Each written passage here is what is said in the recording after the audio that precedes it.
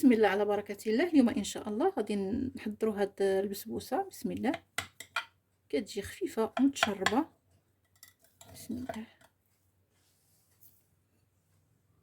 البسبوسه ديالنا هكا كتجي.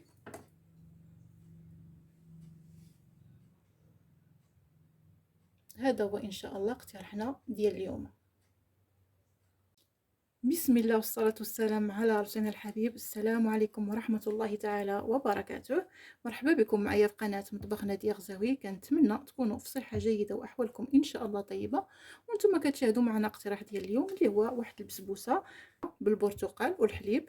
كتجي زوينة وسهلة في التحضير ديالها. قبل ما نبداو ان شاء الله اشتركوا معايا في القناه فضلا وليس امرا باش يوصلكم كل جديد، وخليوا الاراء ديالكم والاقتراحات ديالكم في التعليقات. ندوزو الطريقه ديال التحضير والمكونات ديالها.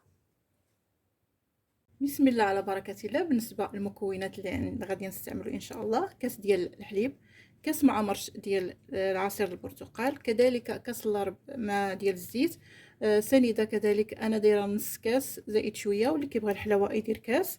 عندي هنا جوج كيسان ديال العنبه بقياس العنبه ديال السميده ديال هاد المتوسطه. عندي هنا كاس ديال الفورس، شويه ديال الملحه. غادي نسم ان شاء الله بعصير بمبشور ديال الحامض، 3 البيضات، و 16 غرام ديال الخميره ديال الحلوى. اول حاجه ان شاء الله غادي نديرو، غادي نضيفو هاد الفينو، هاد عفوا السميده مع الفورس. غادي نخلطهم، وغادي نضيف لهم حتى هاد 16 غرام ديال الخميره ديال الحلوى. غادي نخلط النواشف كامله هكايا.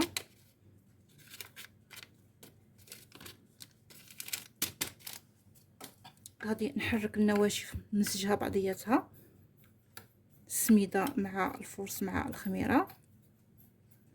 عندي هنا كاس ديال العصير، غادي ندير فيه ديك القبيصه ديال الملحه هكايا. بسم الله.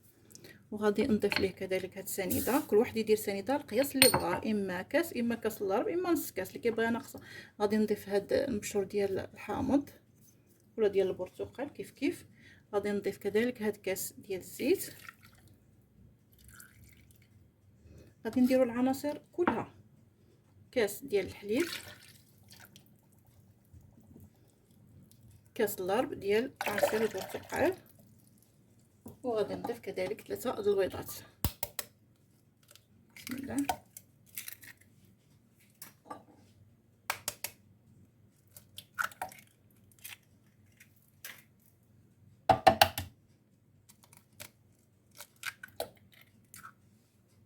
غادي نطحن العناصر كلها، غادي نخلطها في هذا العصير، كاس ديال العصير. بسم الله.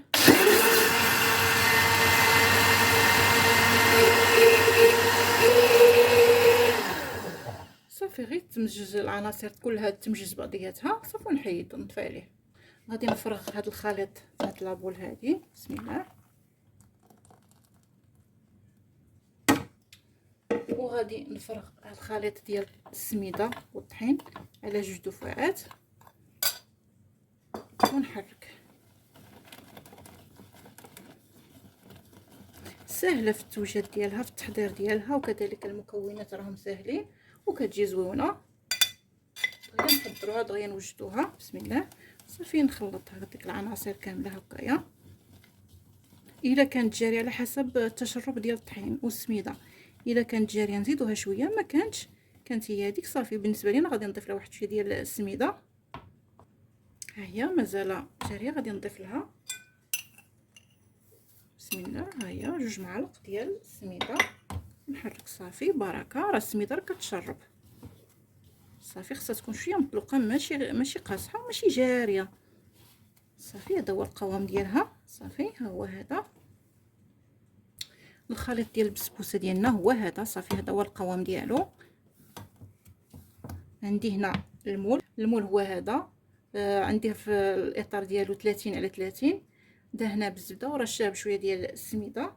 صافي غادي نفرغ فيه الخليط ديال البسبوسه قبل ما تقصح ليا، لان كتشرب السميده. بسم الله.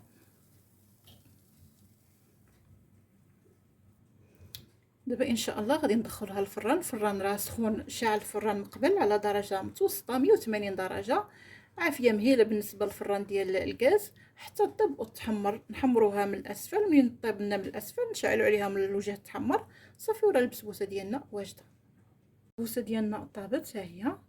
دابا ان شاء الله غادي نقبض هنا واحد السكين ولا واحد العود ديال الشوا غير باش تشرب لنا السيرو اللي غادي نديرو لها، السطوه اللي غادي نديرو لها.